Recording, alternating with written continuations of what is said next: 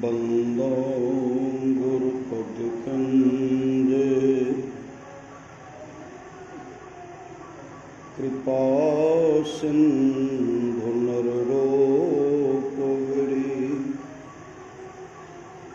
महामोह तुम कुंजे जासु बचन रवि करनी करा धन्य धन्य सतगुरु सुखदाओ महिमा कही न जाए। जो कुछ कहो तुम्हारी कृपा मौतें कछु न बसाए।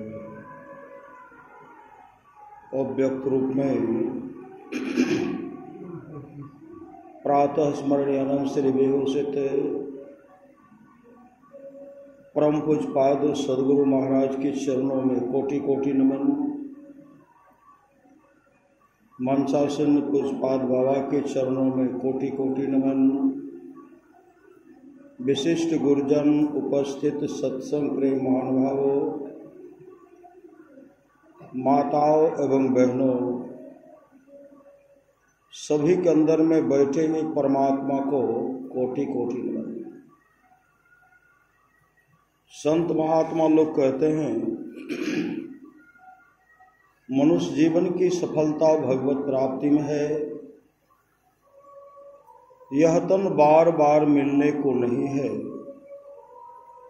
इसलिए आगे की यात्रा के लिए अभी से भगवत भजन रूपी धन संग्रह करो। संत कबीर साहब ने कहने की कृपा की,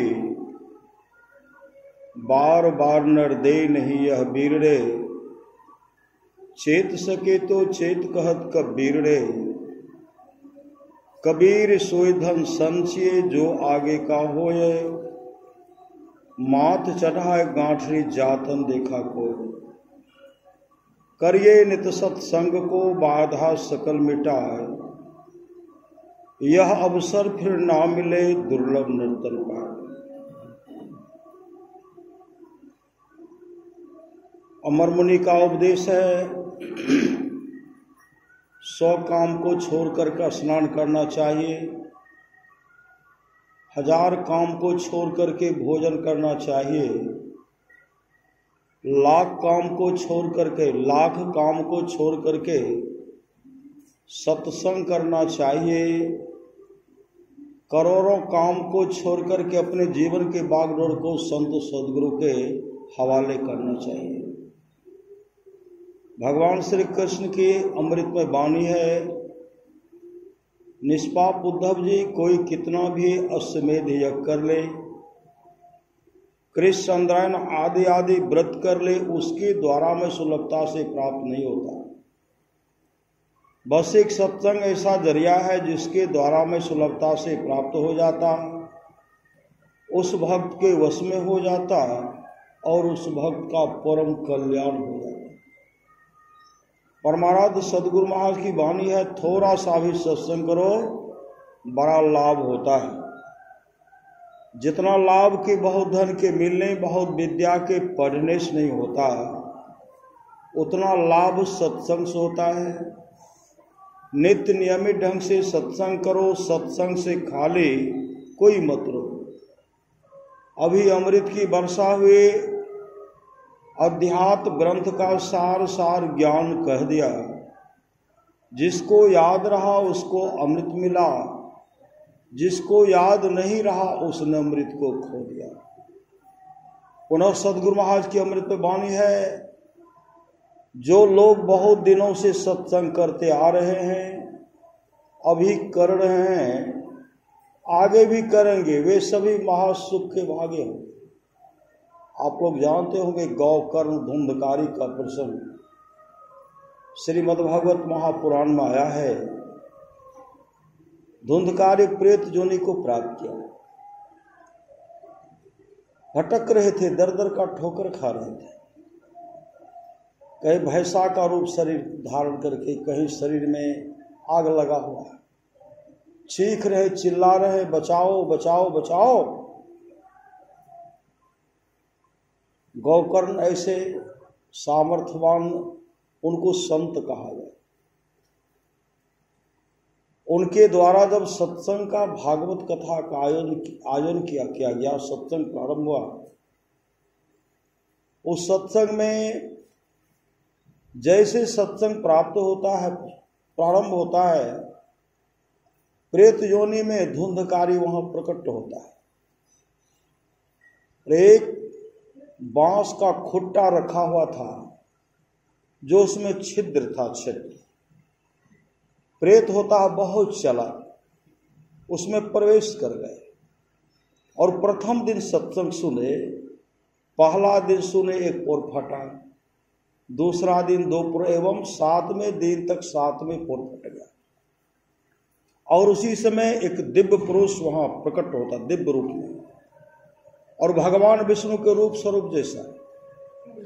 और उसी समय भगवान विष्णु के पार्षद आए, उनको विमान पर बैठा करके हरि कीर्तन करते हुए वैकुंठ लोक लेके चले गए। इस सत्संग का फल है। राजा परीक्षित के बारे में आप लोग जानते होंगे, जब उनको ऋषि पुत्र का श्राप मिला था कि 7वें दिन तुमको तक्षक दंश करेंगे और तुम्हारी दुर्गति होगी, लेकिन राजा परीक्षित इतने घबराए, घबराते हुए ऋषि मुनि के पास पहुंचते, और 88,000 ऋषि मुनि थे।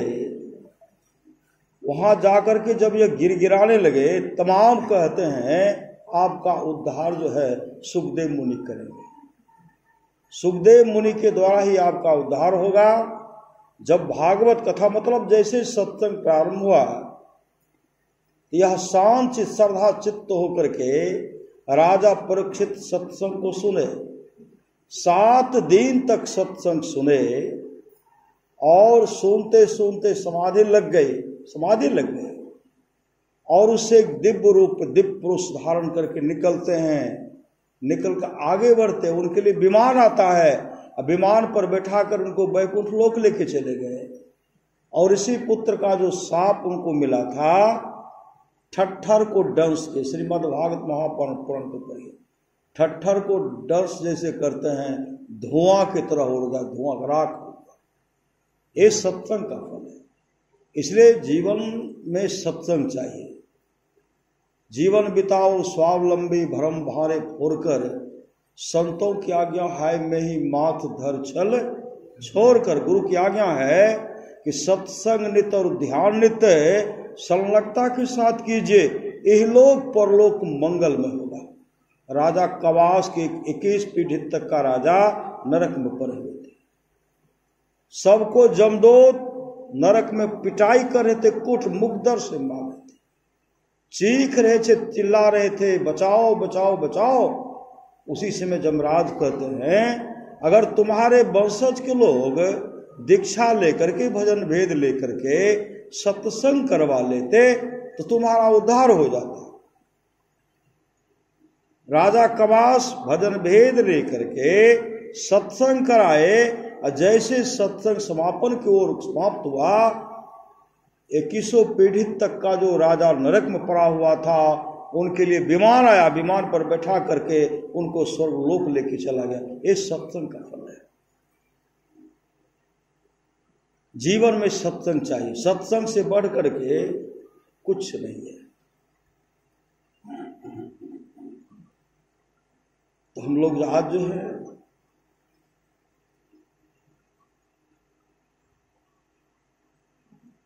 कि पुण्यतिथि के अवसर पर सत्संग करें। जिनको यहां रहना था, ऐसे महापुरुष को रहना था, इस धरती पर रहना था, ऐसे सुपुत्र को रहना था, लेकिन काल भी क्रूर होते, काल होते क्रूर।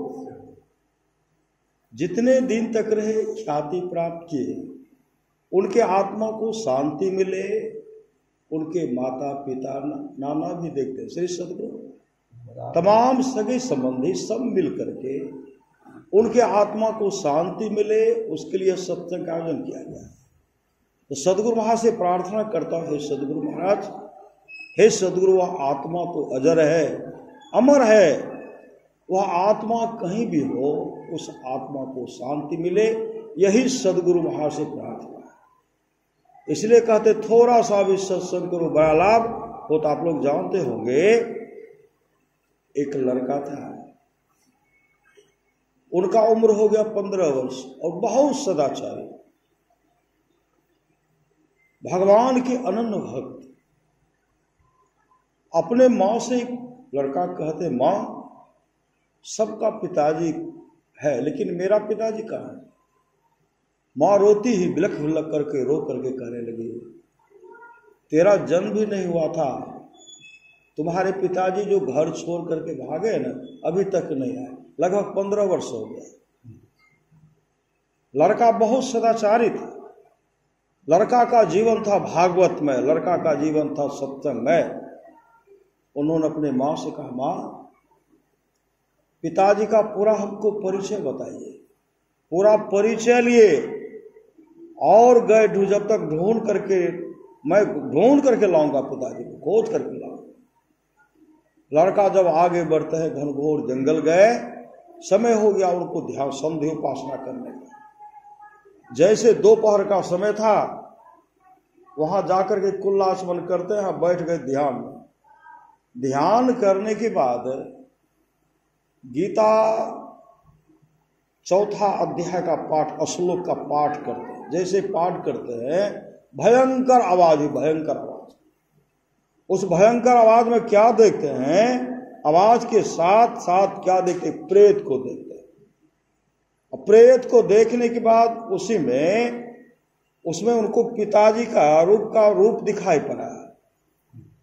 प्रेत का रूप देखते हैं, पिताजी के रूप दिखलाई पड़ता, और धीरे धीरे भगवान विष्णु के रूप स्वरूप जैसा देखते हैं। उसी समय भगवान विष्णु के पार्षद आए। अब पार्षद जैसे आए उनको विमान पर बैठाते हैं। विमान पर बैठा करके जब उनको लेके चलने लगे, पुनः वो कहते हैं, भगवान विष्णु के पार्षद से कहते हैं, जरा मैं इन लड़का का जो बालक है इनका इनसे परिचय पूछ लो। वह पूछते हैं कि बालक तुम कहाँ के रहने वाले हो? अपना नाम बताए। मैं अमुक गो का रहने वाला हूँ, अमुक मेरे पिताजी है, अमुक मेरी माँ है। मैं पिताजी को ढूंढने के लिए निकला हूँ। मैं माँ के गर्भ में था, उसी से मेरे पिताजी घर से निकल पड़े। मेरे पिताजी का नाम अमुक था। सब पूछते बताए। उसी समय वो कहते, तब तो तू मेरा लड़का है, तब तो तू मेरा लड़का है। उसी समय एक सज्जन आए जो उनके पिताजी का मित्र था। जैसे वार्ता और चर्चा कर रहे हैं, तू मेरा लड़का है। उसी समय वह सज्जन उनसे पूछते हैं, तुम कहाँ का रहने वाला? कहा अमुक गाँव का। तुम्हारा नाम अमुक? तुम्हारे पिताजी का नाम? कहा मेरे पिताजी का नाम अमुक। बताए। कहा तुम्हारा पिता तो मेरा मित्र था, लेकिन उनका संगत गलत हो गया था। वह दूसरे का धन लूटते थे, चोरी डकैती करते थे और लूट करके लाते थे। धन बंटवारा करने में उनका जो मित्र था, साथी था, उनके मन में हुआ अगर इसका हम हत्या कर देते तो सारा धन हम लोगों का हो जाएगा। और इसी वृक्ष के पास तुम्हारे पिताजी का हत्या कर दिया गया। और हत्या करने के बाद श्वास चल रही है, हत्या के श्वास चल रही है, लेकिन उसी समय एक हिंसक प्राणी बाघ आते हैं, तुम्हारे पिताजी के मांस को खा गया, लाश को खा गया। उस समय रोने लगे। उसी समय वहां से आवाज देते हैं, मेरे पुत्र तुम मत रो, तू मेरा पुत्र है। 15 वर्ष से मैं यहां प्रेत शरीर धारण करके रह रहा हूं, 15 वर्षों से। और आज तुम जो गीता का 4था अध्याय का श्लोक का जो पाठ किया और कुछ देर जो ध्यान किया, मेरा उद्धार हो गया। मैं बैकुंठ लोक को जा रहा हूं और मेरे बहुत वंशज, मेरे बहुत पूर्वज नरक में पड़े हुए हैं। और तुम मुझे वचन दो, जो मेरे वंशज नरक में पड़े हुए हैं, पूर्वज नरक पड़े हुए हैं, सबका मैं उद्धार करूंगा, मुझे वचन दो। उसी समय वह बालक कहते, पिताजी मैं प्रतिज्ञा करता हूँ, मेरे वंशज ही नहीं, नरक में जितने भी प्राणी पड़े हुए हैं सबके लिए मैं तपस्या करूंगा, सबके लिए मैं पूजा पाठ सत्संग करूंगा और भगवान विष्णु का आराधना करूंगा। जब भगवान विष्णु प्रसन्न हो जाएंगे तो भगवान विष्णु से यही प्रार्थना मांग करूंगा, जो भी नरक में प्राणी पड़े हुए हैं सबको निकाल करके स्वर्गलोक को भेज दीजिए। उसी समय उनके पिताजी तो चले गए और सत्संग भजन कर रहे हैं। अब भगवान विष्णु का गुरु से युक्ति लेकर के ध्यान भजन कर रहे हैं, भगवान विष्णु का तपस्या कर। भगवान विष्णु प्रकट हो गए, कहते वत्स बाबू क्या मांगते हो? उसी समय वह बालक कहते, हमारी एक ही मांग है, जितने भी प्राणी नरक में पड़े हुए हैं सबको नरक लोक से निकाल करके नरक से उनको उद्धार कर दीजिए। उसी से भगवान विष्णु कहते हैं, मैं तुम्हारे तपस्या से प्रसन्न हूँ। उसी से भगवान विष्णु अपने पार्षद को भेजते हैं, जमराज के पास भेजते हैं और जमराज के पास यह कह करके भेजवाए कि जो भी नरक में पड़ा हुआ प्राणी है सबका उद्धार कर दे, निकाल दे नरक से, निकाल दे स्वर्गलोक को भेज दे। जैसे भगवान विष्णु के पार्षद कहते हैं, जो भी नरक में प्राणी था सबको निकाल दे। ये सत्संग का फल है, ये सत्संग का फल है। तो वह आत्मा अजर है, अमर है, कहीं है आत्मा है, अजर है, अमर है, लेकिन उस आत्मा को शांति मिले, उनका जीवन मंगलमय हो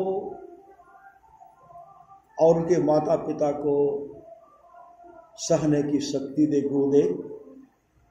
यही प्रार्थना है। वो आत्मा जहाँ भी हो उनको शांति मिले, शांति मिले, शांति मिले, शांति मिले। बोलिए प्रेम से श्री सद्गुरु महाराज की जय। अब हम लोग कुछ पाक बाबा से ही सुनने की कृपा करें। श्री सद्गुरु महाराज की जय।